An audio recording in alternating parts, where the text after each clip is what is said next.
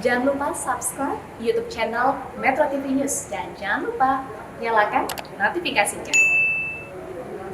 Halo pemirsa, selamat malam. Kita ketemu lagi di Soccer Time bersama saya Valentinus Reza dan tema kita hari ini adalah Ayo Garuda Sikat Malaysia. Pertandingan terakhir dari grup B fase grup Piala AFF akan digelar hari Minggu nanti, Minggu malam. Tentunya ini akan menjadi pertarungan yang ketat antara Indonesia menghadapi Malaysia. Cukup hasil imbang, Indonesia akan lolos ke semifinal. Kita akan membahasnya bersama dengan para narasumber saya hari ini yang sudah ada di studio. Seperti biasa ada Bung Joy, Bung Wesley dan juga Bung Ropan. Apa kabar? Bapak? Bung Ropan, apakah hingga detik ini Anda masih pesimis Indonesia bisa juara Piala AFF? Tapi jangan dijawab dulu, kita ikuti dulu informasi yang berikut ini.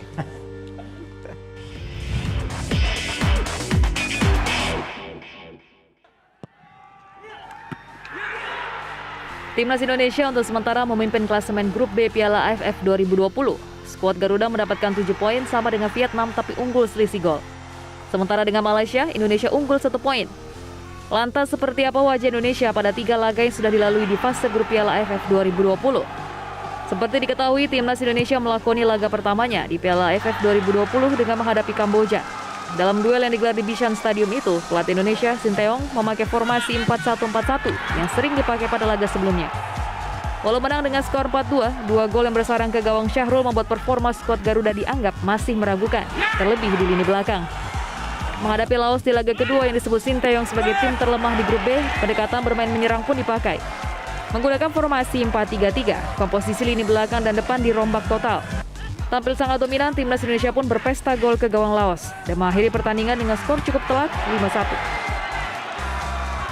Selanjutnya berlaga melawan tim kuat sekaligus juara bertahan, Vietnam di matchday ketiga.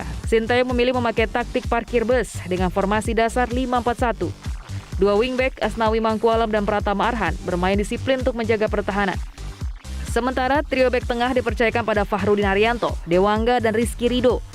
Kejutan besar yang dibuat Sinteyong pada laga ini di mana sang kapten Evan Dimas baru dimainkan pada awal babak kedua.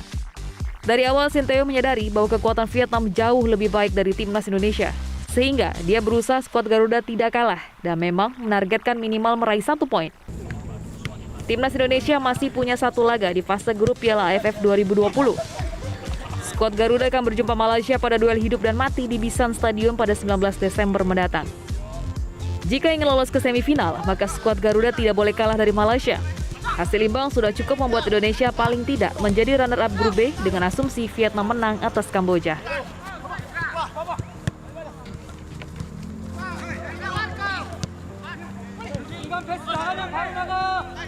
Ya baik, saya langsung ke Bung Ropan lagi. Bung Ropan, sama persis pertanyaan saya seperti tadi Bung Ropan di awal. Apakah hingga detik ini Anda masih pesimis Indonesia bisa juara Piala AFF walaupun di fase grup B kita lihat Indonesia saat ini memimpin klasemen? Begini Reza ya, kalau saya bilang kan kita sudah 5 kali menjadi runner up. Sangat sulit untuk bisa menjadi juara. Dan ini kesempatan buat mereka untuk bisa ke final. Kalau ke final saya masih yakin bahwa tim kita bisa. Apalagi melawan Malaysia, kita masih bisa menang melawan Malaysia. Masih bisa akan bertarung dengan Thailand kalau Thailand juara grup A ya, kalau kita menjadi runner up kita. Tapi kalau untuk juara itu saya katakan agak berat. Kalau melihat apalagi penampilan mereka melawan dengan Vietnam. Dengan lebih banyak bertahan sulit untuk bisa menjadi juara kalau ketemu di final ya. Kita bicara sudah sejauh final, tidak bicara semifinal lagi. Seandainya Indonesia ke final, ketemu Vietnam lagi akan berat kalau bermain seperti kemarin.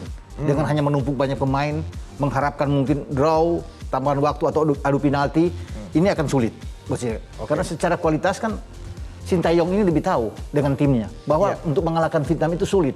Makanya ketika bermain kemarin dia dengan parkir bus nggak masalah. Yang penting jangan kalah melawan Vietnam. Itu yang menjadi tujuan utama kemarin sehingga bisa mendapatkan 1 poin. Ya. Tapi kalau ini terulang kembali di final dan bermain seperti ini, saya pesimis, saya ragu untuk bisa memenangkan pertandingan. Bukan tidak nasionalis, tetapi kita realistis. Melihat ini kan di olahraga, kita harus bisa melihat ini. Banyak yang bilang juga ya Anda tidak nasionalis ya, gara-gara mengkritik permainan timnas seperti itu ya, begitu ya? Wajar dong, kalau dia jelek kita mesti bilang jelek, ya kan? Bukan dari segi permainan karena bertahannya itu yang kurang begitu bagus. Tapi kalau bagus kita harus puji bagus. Bahkan kan saya udah bilang kan, belum bermain lawan Malaysia sudah bilang ke final. Berarti belum ketemu Thailand, saya udah bilang kalau ke final bermain seperti itu agak sulit. Tapi ketika Indonesia menghadapi Kamboja, Laos, karena levelnya kita di atas kan. Iya. Jadi kita bisa bermain terbuka. Anda mengatakan juga permainan Indonesia sangat buruk ya. Iya. Karena kebobolan terus kan. Ya, dengan Kamboja kebobolan, dengan Laos juga kebobolan. Tetapi kan level kita ada di atas mereka. Nah, begitu dengan Vietnam teruji kemarin bahwa kita sebelum main udah takut duluan, dan Sintayong tahu sebagai pelatih, dia harus bisa menyelamatkan Indonesia ini. Karena untuk bermain terbuka sulit. Sehingga satu-satunya jalan adalah bertahan dan counter attack aja, cukup. Jangan sampai kalah, itu yang diterapkan oleh Sintayong dan berhasil kan. Jadi tidak masalah bermain buruk seperti apapun, yang penting dapat poin, ya, dan dapat yang kemenangan penting ya. kan Vietnam tidak bisa mencetak gol dan mereka dapat poin. Namun kalau sekali lagi ini ketemu di final, saya agak ragu kalau bermain seperti ini dengan hanya modal, dan orang juga menonton kan agak ini bermain terus, bertahan terus, sehingga pola nggak akan jalan. Pembuild up serangan juga akan kurang. Masa transisinya tidak kelihatan kalau bermain dengan hanya menembak bola keluar lapangan, menghabiskan waktu. Ini kan tidak menarik. Ya. Mungkin itu bagian dari strategi Bung Wesley sehingga timnas Indonesia sejauh ini masih bertahan. Saya melihat itu adalah bagian strategi, apapun ya hasilnya adalah bagian strategi. Strategi bertahan adalah bagian dari permainan. Cuman ekspektasi kita mau melihat timnas ini dengan komparasinya apa? Komparasinya dengan tim yang mana? Tim nasional yang mana? Itu kan kadang-kadang membuat kita kecewa. Kok gini amat sepak bola kita mainnya? Itulah yang disadari oleh Sintayong. Saya yakin sekali dia juga nggak suka dengan gaya bermain itu. Tapi kelihatan banget bukannya ya. Iya, karena bagaimanapun juga ini yang dia punya materinya. Dan kalau dia bermain terbuka seperti dia bermain dengan Kamboja, Laos, selesai. Dan kemudian acak strategi lagi. Saya pikir kita kan kebobolan banyak. Nah, pilihan itu mau nggak mau akan diambil oleh Sintayong. Cuman tadi saya sepakat dengan Bung Ropan. Kalau misalkan kita ketemu lagi, ada tidak strategi kejutan lain dari Sintayong selain bertahan ini? Karena kalau masih begitu juga, ini dokter jantung untung kali ya, karena semua orang Indonesia jantungan gara-gara nonton main bola kemarin itu. Oke. Tapi kalau kita lihat juga pernyataan dari pelatih Vietnam gitu kan, Pak Hang-seo mengatakan bahwa kalau menghadapi tim yang lebih kuat, mungkin Vietnam juga akan menggunakan skema yang sama, skema bertahan. Jadi sebenarnya kalau kita lihat di sini tidak ada proses, yang penting bisa mendapatkan poin, bisa mendapatkan kemenangan, seperti itu Bung Wesley. Apakah ini hal yang wajar dalam sepak bola? Satu sisi kita melihat itu, Bung Reza. Tapi coba kita mundur ke dua pertandingan sebelumnya lawan Kamboja melawan Laos. Saya katakan, menit 30 ketika kita diserang oleh Kamboja, para back kita bekerja keras, tapi gelandang dan penyerang hanya melihat rekan-rekannya diserang dan jalan kaki kembali ke permainan ke daerah pertahanan kita. Itu bukan modal yang bagus kalau mau juara. Lawan Laos, ingat, kita kebobolan. Lihat komposisi pertahanan kita, lihat berapa ruang gerak kita. Di mana sang kapten Evan Dimas jalan kaki ke belakang. Melihat itu. Mana komunikasinya? Kan harus ada dong komunikasi, kita diserang. Bantu ini. Nah, kalau komunikasi itu bisa diperbaiki melawan Malaysia, apalagi kita jangan lupa ya, melawan Malaysia sering sekali kita kehilangan 3 ini. Kontrol permainan, kontrol bola, dan paling parah kontrol emosi. Nah, berdasarkan 2 penampilan menghadapi Kamboja dan Laos, kita berharap tim kita juga menyerang lawan Vietnam. Tapi kan Sintayong tidak mencari itu. Dia mengacak lagi komposisi timnya. Yang penting tidak kalah supaya kepercayaan diri para pemain Indonesia kuat menghadapi rival bebuyutan Malaysia yang pintar sekali memainkan sideward dan menyatukan mental pemain Indonesia. Dan memancing emosi tadi ya, Bung Wesley ya. Kalau Bung Joy sendiri bagaimana nih Bung Joy? Melihat tanggapan dari Bung Wesley dan juga Bung Ropan. Apakah Anda sama pesimisnya dengan Bung Ropan bahwa Indonesia akan sulit untuk menjuarai Piala AFF? Ya, ada 2 hal ya sebetulnya. Terutama saya soroti ketika melawan Vietnam. Jadi ada mentalitas, pokoknya jangan kalah. Kalau menurut saya agak kontra dengan kita harus menang. Jadi kalau pokoknya tidak kalah ya mainnya seperti kemarin itu. Menumpuk. Bukan parkir bus lagi itu ya, parkir tronton, kereta api semua diparkir di... Bukan saya mencela itu bagian dari strategi, bukan.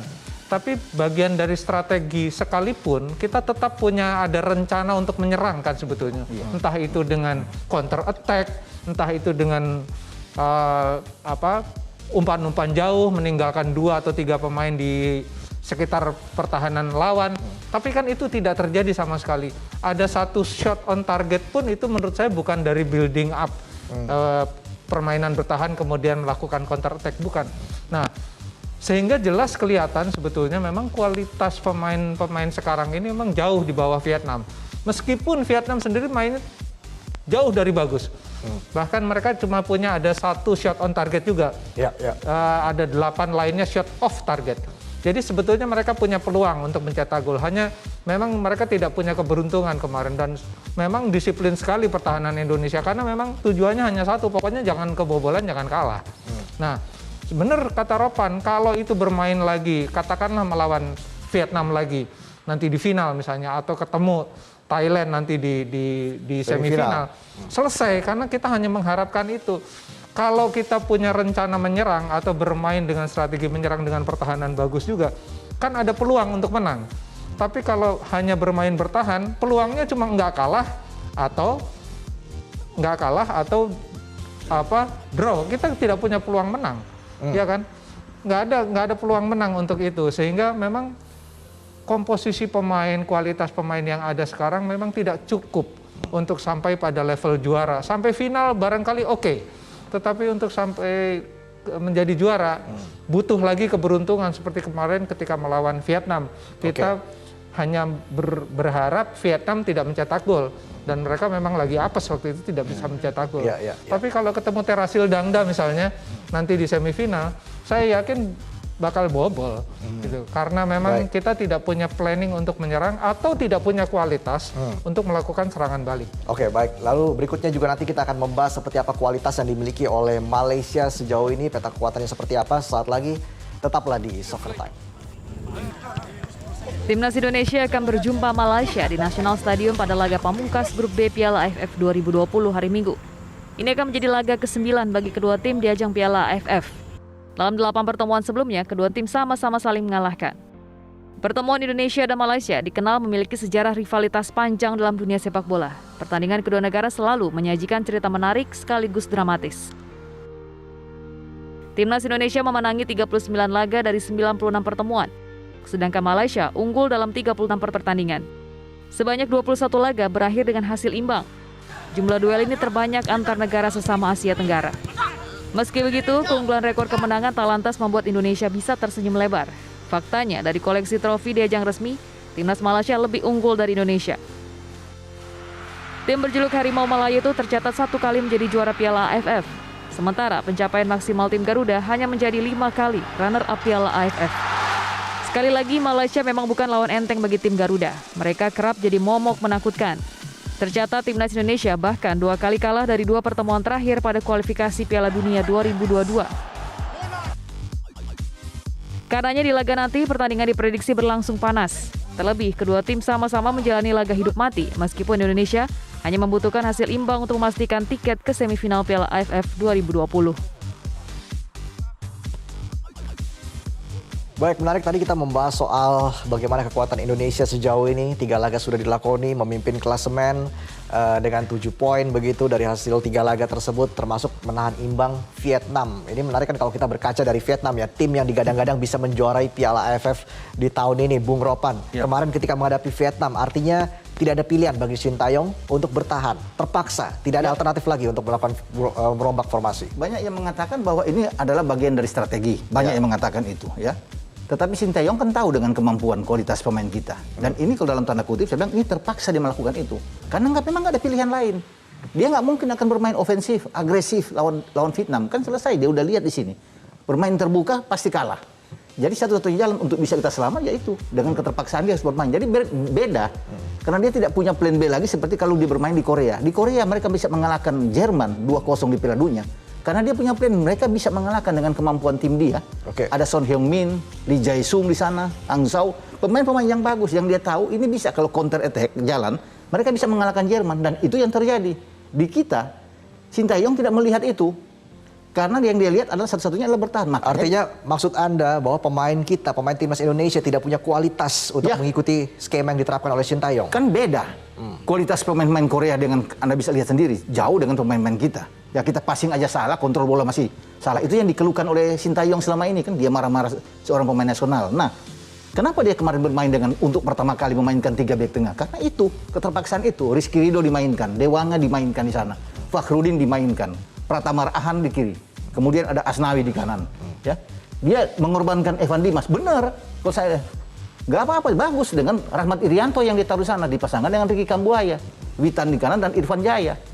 Sebenarnya nggak salah, cuma ini terpaksa dia harus lakukan untuk menyelamatkan dia, dan dia tidak mau malu dong dengan Park Hang-seo. Ya. Itu dia yang ada di Vietnam. Dari segi level, Sintayong lebih tinggi ya, sepertinya ya dari Park Hang-seo ya. Dari segi nama kan dia lebih bagus, dihormati oleh pelatih Vietnam. Tapi Hang-seo. bukankah itu pilihan ya? Itu bukankah pilihan bagi Sintayong? Dia bisa memilih main menyerang ketika melawan Kamboja, Laos. Dia bisa memilih main bertahan menghadapi Vietnam. Itu pilihan, bukannya dia tidak bisa melakukan permainan menyerang. Tapi kalau dia menyerang, mungkin kita kalah 0-4, 0-5. Ya. Jadi itu kan itu. Tapi pilihannya adalah saya akan bermain bertahan supaya mengamankan posisi Indonesia di puncak, supaya kalau seri melawan Malaysia masih dapat di posisi atas misalkan gitu. Tapi kepercayaan dirinya adalah sebuah pilihan bagi Sintayong, bermain habis-habisan bertahan supaya kepercayaan diri pemain cukup kuat. Kenapa? Kita tidak kalah dari juara bertahan, dan yang 2 pertandingan sebelumnya kita bahkan kalah kemasukan 7. 2 pertemuan terakhir lawan Vietnam. Nah, melawan Malaysia ingat, Malaysia yang di Piala AFF ini tidak sekuat Malaysia yang sebelum-sebelumnya, saya yakin itu. Dan Sintayong juga lihat itu. Jadi ini momentum memukul Malaysia. Baik, momentum untuk melibas Saya pikir memang Malaysia. beda kan, kualitas Malaysia dengan Vietnam itu memang beda. Oh, iya. Nah, kesempatan kita untuk menang melawan Malaysia itu besar. Ya. Enak buat kita bermain. Tidak mungkin STY itu akan bermain bertahan. Karena dia pilih bermain dengan bertahan cuma dengan Vietnam. Karena dia lihat STY kan cukup pintar. Malaysia juga bertahan. Dia tahu.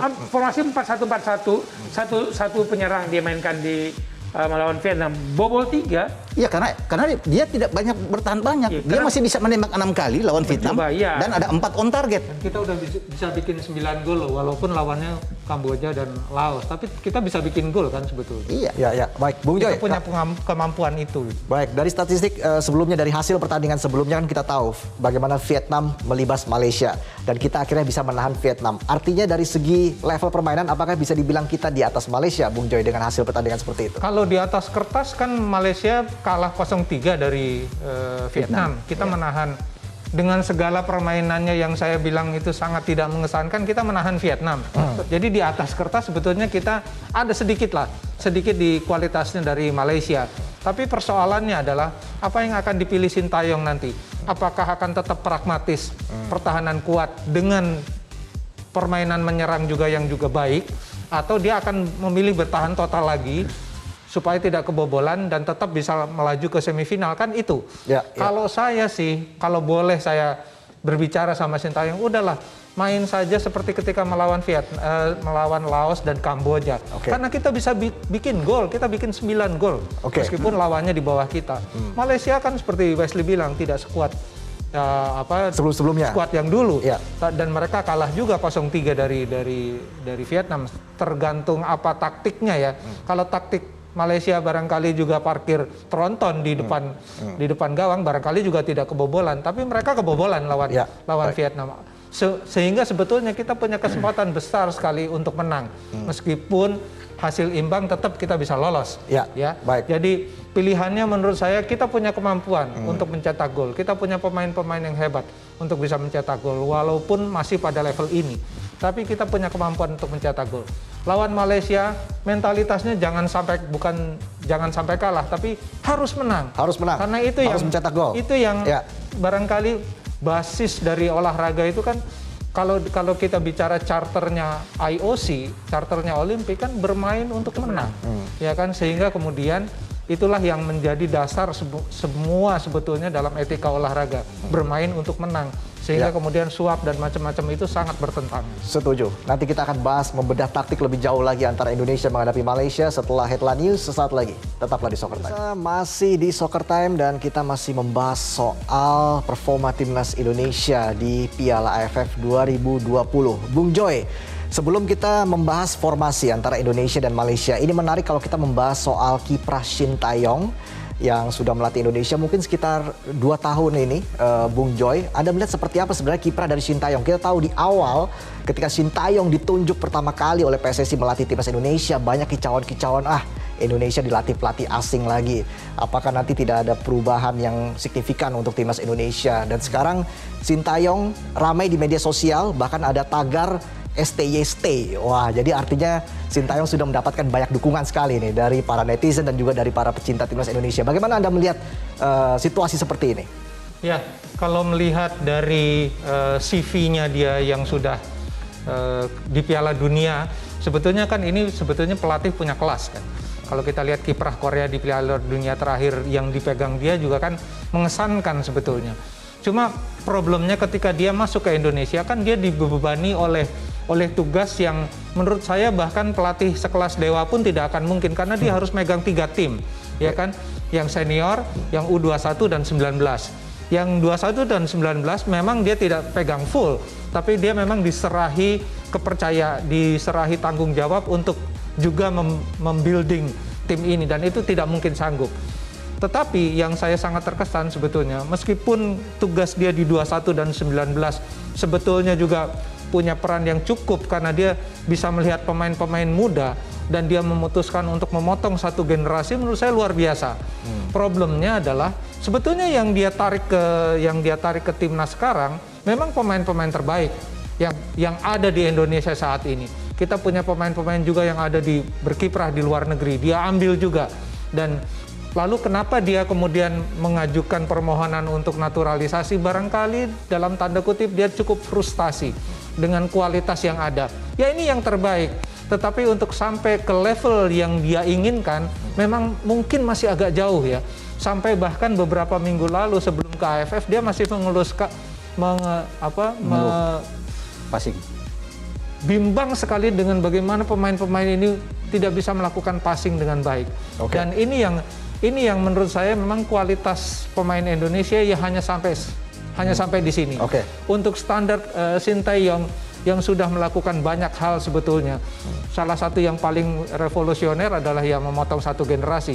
Dan dia membawa pemain-pemain muda yang paling potensial. Dan Baik. ini yang sudah dilakukan, yang terbaik yang Baik.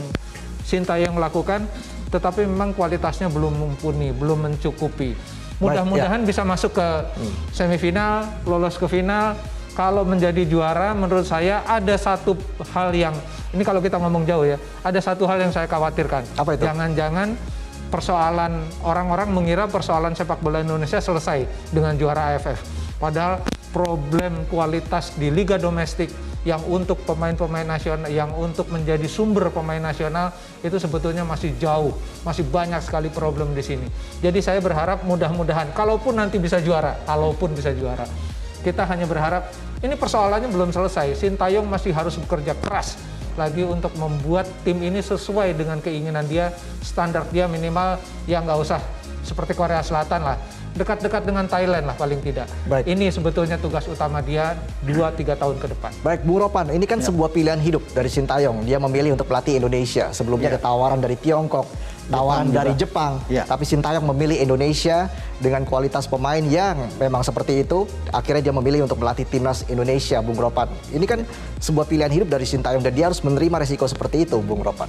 Ya, ini kan dia sudah memilih untuk melatih di Indonesia. Jadi dia harus terima segala macam resiko yang dia dapatkan. Ya, dia sama sekali buta tadinya ketika memilih untuk bisa menangani tim nasional.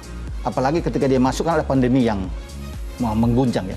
Kompetisi tidak ada, ditiadakan. Jadi dia sangat sulit untuk bisa memilih pemain. Ya, kemudian Piala Dunia juga diundur kan dengan pandemi yang junior. Ya, jadi itu yang menjadi sulit bagi dia. Cuma memang dia tidak punya waktu yang panjang. Kalau dia kontrak dia panjang, ini akan memungkinkan bagi Sintayong untuk bisa membentuk tim ini. Tapi kalau 2-3 tahun dia kemudian putus dan dia bahkan mungkin dipecat, ini sulit. Tim yang sudah dia bangun, dia sudah bentuk, ini akan pelatih lain masuk, akan mulai dari nol lagi. Sama seperti ketika Luis Milla yang masuk kan, sudah membentuk tim ini oke. Ketika di Asian Games juga tampil bagus juga. Tapi setelah dia keluar kan Sintayong harus dari baru lagi, dari nol. Ya, untuk baik. Dari segi fisik, stamina pemain kita yang dia sorot untuk bisa membenahi ini, sekarang udah mulai bagus kan, dia bisa membentuk itu. Nah yang saya takutkan ini, kalau dia tidak panjang, karena mungkin dia 2023, 2024. Kalau Jadi Anda mendukung STY ya? Ya kalau dia memang itu harus, kalau untuk membentuk tim ini kan tidak boleh hanya dengan 2-3 tahun. Oke. Dia mesti panjang. Apapun hasilnya nanti di Piala AFF ya? Nah ini yang kalau sampai gagal misalnya di Piala AFF, semua kan akan berpulang, orang bisa lihat ke PSSI-nya dong, ke pengurus PSSI. Kompetisi kan. Iya. Dan budaya kita begitu. Dan pasti akan begitu, pasti akan kita putus. budaya ganti pelatih. Kalau tahun depan juga gagal di SEA Games, pasti akan disorot, akan dievaluasi. Dan Ganti pengurus, ganti pelatih. pasti akan ganti pelatih. Nah saya mengajukan jangan, kalau memang mau dengan dia, pertahankan dia. untuk dia ke depan sehingga program dia ini berjalan dengan baik ke depan untuk bisa membentuk tim nasional yang bagus. Tapi kalau cuma 3-4 tahun berat. Apalagi baru 2 tahun terpotong pandemi. Terpotong lagi, dia udah bagus kan lebih benahi ini. Saya setuju dengan Ropan karena dia sebetulnya basicnya pelatih yang bagus. Nggak mungkin lah, nggak mungkin sampai Piala Dunia kalau nggak bagus. Itu pasti mengalahkan Jerman lagi. Bagus, benar. Kalau dia nggak pegang meloloskan Korea ke Piala Dunia kan ini pelatih bagus, bahkan lebih bagus dari pelatih Vietnam. Park Sang-heo ini masih lebih bagus Sintayong. Baik. Tapi kalau cuma 3 tahun dia dipecat atau diputus sulit kan? Ya, nanti kita bahas lagi ya setelah karena pelatih baru naik, ya. Pelatih baru datang, pasti akan baru lagi kan? Iya. Akan sesuai dengan kemauan pelatih baru. Baik. Beda lagi. Baik, semoga keinginan Bung Ropan tercapai. Stay. Kita lanjutkan obrolan. Kita akan langsung melihat seperti apa nanti skema yang mungkin akan digunakan oleh Indonesia menghadapi Malaysia. Ini adalah skema di pertandingan terakhir mereka. Indonesia ketika menahan Vietnam dengan skema 5-4-1 dan ini adalah formasi Malaysia ketika mereka dibantai oleh Vietnam. Skemanya 4-1-4-1. Mungkin dari Bung Wesley melihat peta kekuatan seperti ini, Bung Wesley apa yang bisa dimanfaatkan oleh Indonesia untuk bisa mencetak gol cepat mungkin ke gawang Malaysia, karena kalau Malaysia bisa sampai mencetak gol lebih cepat lagi ke gawang Indonesia, ini bisa berbahaya buat Indonesia, Bung Wesley. Ya, belajar dari pengalaman melawan Vietnam dua tim ya, baik Indonesia maupun Malaysia. Malaysia 2 gol di babak pertama. Ya. Dan mereka main sedikit terbuka meskipun bermain 4 belakang, tapi mereka cukup main terbuka. Nomor 11 itu kan striker juga, 18 itu striker juga sebenarnya, dan cukup produktif. Nomor 11 adalah top scorer dari Malaysia, Safawi, bersama dengan Terasil Dangda dengan 4 gol. Artinya memang Safawi ini menjadi salah satu magnet ya untuk para pemain bertahan Indonesia. Hati-hati dengan sisi kiri pertahanan kita. Sudah pasti itu akan menjadi sebuah incaran karena dia aktif bermain di situ. Kalau kondisi Malaysia aman dari COVID, nantinya hari Minggu mereka bisa bermain full dan ini ancaman bagi Indonesia kalau kita tidak bermain lebih disiplin.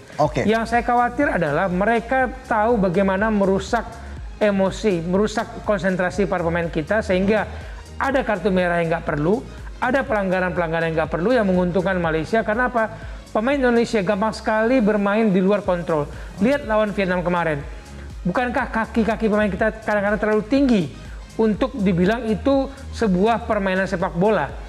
Jangan-jangan ini mengarah ke sepak kepala, bukan sepak bola. Dan itu akan dimanfaatkan oleh Malaysia. Baik. Bung Ropan, ketika Indonesia menghadapi Kamboja, skemanya 4-1-4-1, menghadapi Laos 4-3-3, menghadapi Vietnam 5-4-1. Ini menarik ya, Sintayong bagaimana masterclass-nya Sintayong melihat situasi yang dimiliki oleh timnas Indonesia menghadapi lawan-lawan yang seperti tadi yang saya sebutkan, Bung Ropan. Ketika menghadapi Malaysia, formasi apa kira-kira yang bisa digunakan untuk Indonesia? Saya pikir nggak usah. Kalau melawan Malaysia, saya sangat yakin ya, kita akan menang dan kita akan lolos ke semifinal. Kenapa harus saya katakan demikian? Karena Malaysia kan dihadapkan pada 2 pilihan. Kalau nggak menang, harus kalah. Dia nggak boleh imbang. Kalau imbang kan kalah, tersisi. Jadi pasti dia akan keluar. Nah, dengan dia keluar, ini akan dimakan oleh pemain-pemain kita. Nggak usah bermain dengan 3 back di belakang. Mungkin Rizky Ridho akan istirahat. Dewanga aja bermain sama Fakhrudin. Ada Elkan Bagot yang sudah bisa bermain? Atau Elkan Bagot ada lebih bagus, jauh lebih bagus dengan Fakhrudin. Saya pikir ini dua yang lebih cocok. Dan masukin aja Evan Dimas untuk bermain dengan Rahmat Irianto di tengah, sama Ricky Kambuaya. Ini jauh lebih bagus. Witan di kanan dan ada Irfan Jaya. Jadi kita dengan 5 gelandang kita sangat kuat. Kasih Esra di depan. Karena pasti Malaysia punya pilihan cuma menang atau kalah. Dia akan keluar. Ini pasti kita makan. Dan kita bisa menang lihat 1 gol. Dan saya yakin kalau bermain seperti ini, kita akan ganyang mereka. Gitu. Baik, Bung Joy, dari Anda Bung Joy, mungkin singkat saja prediksi Anda seperti apa dan prediksi skornya akan seperti apa nih Bung Joy? Gini, kita punya pengalaman melawan Vietnam, ada satu yang bagus kita ambil, kita bisa bertahan dengan sangat bagus. Tetapi kalau kita cuma bertahan, kita akan kebobolan oleh Malaysia. Kita punya formasi sebetulnya yang baku dari Sintayong kan 4-3-3 dan itu jalan bagus sekali sebetulnya. Meskipun lawannya Laos dan Kamboja yang tidak terlalu kuat. Tetapi kita punya gelandang-gelandang yang sangat bagus. Irfan Jaya, kalau dia bisa mencetak gol. Ada Evan Dimas yang bisa mengatur permainan. Kita punya juga ada pemain di depan yang ada Rahmat Irianto juga. Ersa bisa mengacak-acak pertahanan Malaysia. Jadi saya yakin kita punya begitu besar peluang untuk menang dengan formasi yang standar. Misalnya bisa 4-3-3 yang bisa diubah jadi 4-4-2. Jadi ini yang saya kira dan saya berharap Sintayong akan menerapkan itu karena kita punya pengalaman, kita bisa bertahan dengan bagus. Tinggal bagaimana kita menyerang seperti kita melawan Laos dan Kamboja. Baik, tentunya kita harapkan kemenangan untuk timnas Indonesia menghadapi Malaysia. Kita akan lihat nanti hari Minggu. Pasti menang ya? Pasti menang. Pasti menang, pasti lolos. Tinggal nanti siapa yang akan dihadapi di semifinal.